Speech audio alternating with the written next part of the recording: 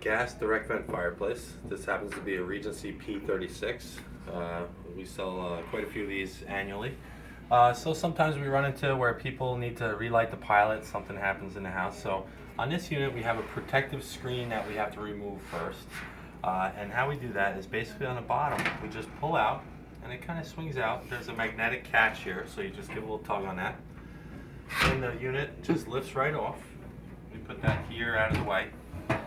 Down below we see our valve assembly down here. We have an off, on, and pilot position here. Here I just put it in the pilot position. Basically we have a little indicator here to show us what position we're in. And just so we know we're in the right position, it's the only position that's really going to push in and out like that.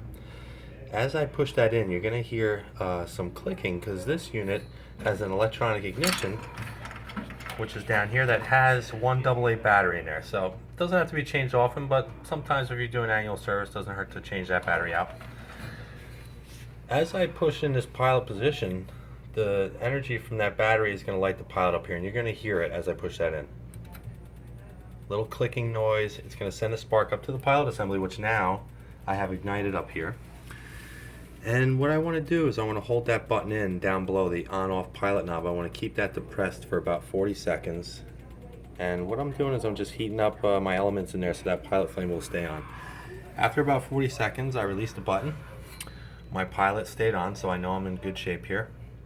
After that, we don't want to forget, we want to go back to the on position, which you have to push in a little bit sometimes to move it there, but the on position is going to be lined up with the remote control. Then we're all ready to activate our switch, and we are operational, back in business. Good luck.